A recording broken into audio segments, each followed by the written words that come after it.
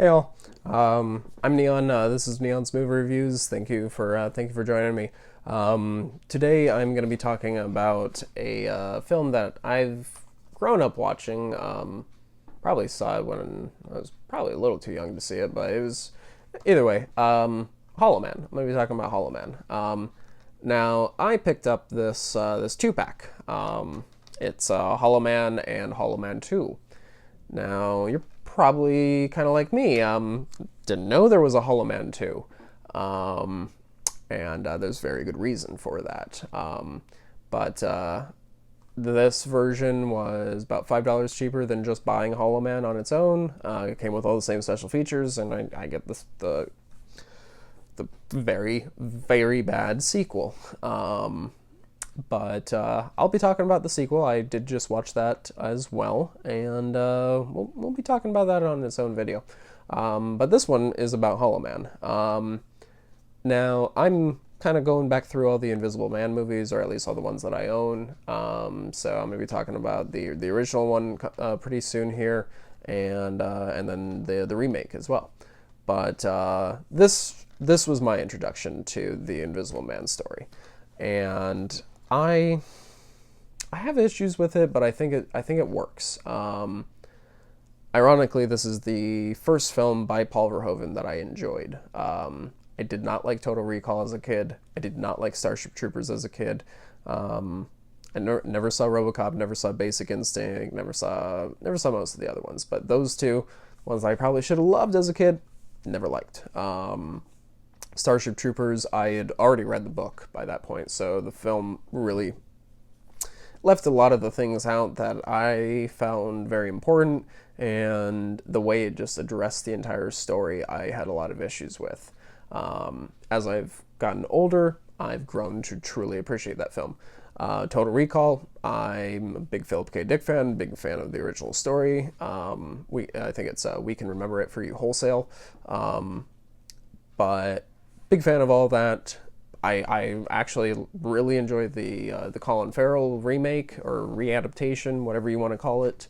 I think it's a very fine film. But the Arnold one has definitely grown on me.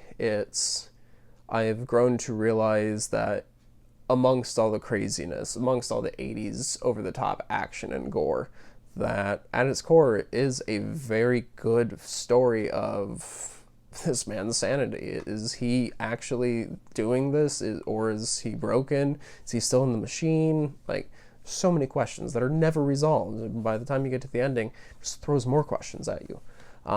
So it's weird. I've grown to truly appreciate Paul Verhoeven over the years. RoboCop is probably my favorite of his, and Hollow Man is one that I've kind of forgotten about.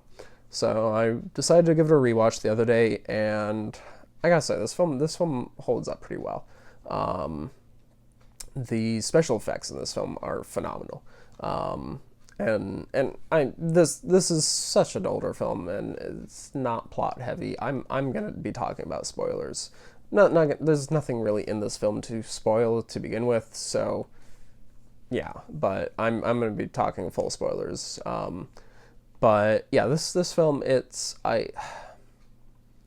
the special effects I think are fantastic. The use of CGI is to this day one of my favorite uses of CGI. The sequences where you see the transformation coming from invisible to being visible, or vice versa. Those scenes stuck with me my entire life. They are fascinating, they are scary, they are disturbing, but like, you can't look away. They're just jaw-dropping. Kevin Bacon does a really, really fun job in the role. He's from the beginning, he's already not the best person. He's definitely very egotistical and stuff. He's a little bit of a peeping Tom with his, well, not a little bit, he is a peeping Tom with his neighbor. And he's very crass. Definitely sex is always on his mind. And so when he takes it upon himself and takes the invisibility serum, it's not very long before he starts in embracing what this power holds. He rapes his neighbor. It's a very disturbing scene, especially in the extended cut. That's pretty much the only extended scene, which I don't get why the MPAA would choose to leave it the way it was in the theatrical cut, because that makes it feel more like a Friday the 13th, like, skin-tastic scene. It's still dark, you still know that she gets raped, but, like, the way it's done is just more like, hey, here's some boobs in your face, and then, oh, something bad happens to her off camera. We never mention it, but in this one, in the unrated cut, you definitely see, like, you know what's happening. It's thrown in your face. It's not pleasant to watch, and it definitely makes that scene non-titillating whatsoever. And it's shocking that they would not allow that version to get through, with a R rating, but the just, oh, here's some boobs in your face, and oh yeah, well, we're not gonna want to talk about that kind of stuff, because that's like, it's just that doesn't make sense to me. But ignoring that rant, this film, it's a basic slasher. It's the Invisible Man done as a slasher, but it works because kind of have that Cronenbergian vibe to it. It's definitely, the character is very sexual. Their sex is very relevant to the story, which definitely plays heavily into the Cronenberg elements. Body horror is definitely a prime element within this. But I also feel the whole final act, I feel, really works. And the fact that Kevin Bacon, for 90% of the film, when he is invisible, he's on set in green screen or blue, or in a green outfit or in a blue outfit or whatever color outfit he needed to be for the way that they were going to shoot it. But that all those scenes that you see, the smoke or the water or whatever reacting to him, that's really him. He's really there in that scene, and they're just digitally removing him. But he is there. He is interacting with his fellow actors throughout the entire movie. And the very few times that he's not, it's the director who's there, who's doing something.